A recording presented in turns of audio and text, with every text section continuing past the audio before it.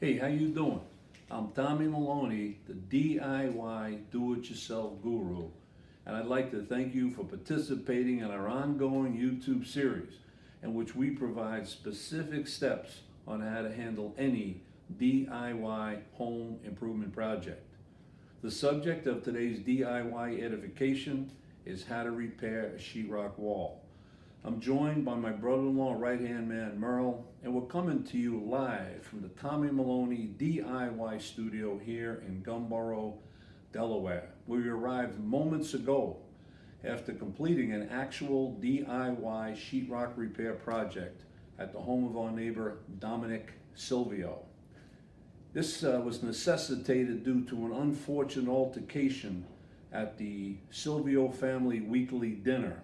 It appears that Dominic had a few too many old Milwaukees, and he made a disparagable comment about his mother-in-law Valentina, in which he referred to her as a large member of the primate species, to which Valentina took great umbrage. Now, Dominic ain't no small guy, but he's got nothing on Valentina. I mean, this girl, she could fill in as an offensive lineman for the Philadelphia Eagles, if you know what I'm saying. In her anger, she grabs Dominic, puts him in a headlock, runs across the room, and jams his head into the wall.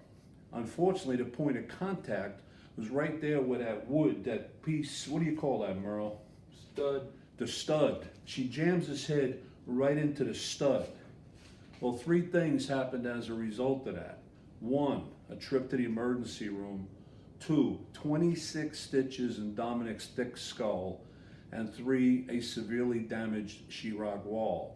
That's when me and Merle were summoned to espouse our expertise, knowledge, and magical DIY powers to repair said wall. Now, who knew it was this difficult to repair a sheetrock wall? I mean, nobody knew. For starters, Merle goes in, he grabs this metal sheetrock knife with his two hands, he cuts into the wall, and boom, he gets thrown across the room like 5 feet, and he burns both of his hands. Show him your hands, Merle. Poor guy. Turns out some freaking moron puts electrical wires inside the wall. I mean, who does that? And he don't tell nobody. In any case, we got that straightened out. Now what you got to do is you got to put a new piece of sheetrock in there. You got to nail it in. Then you got to put this disgusting gook. They call it spackle. You put that on there, then you got to put this white tape, then more spackle.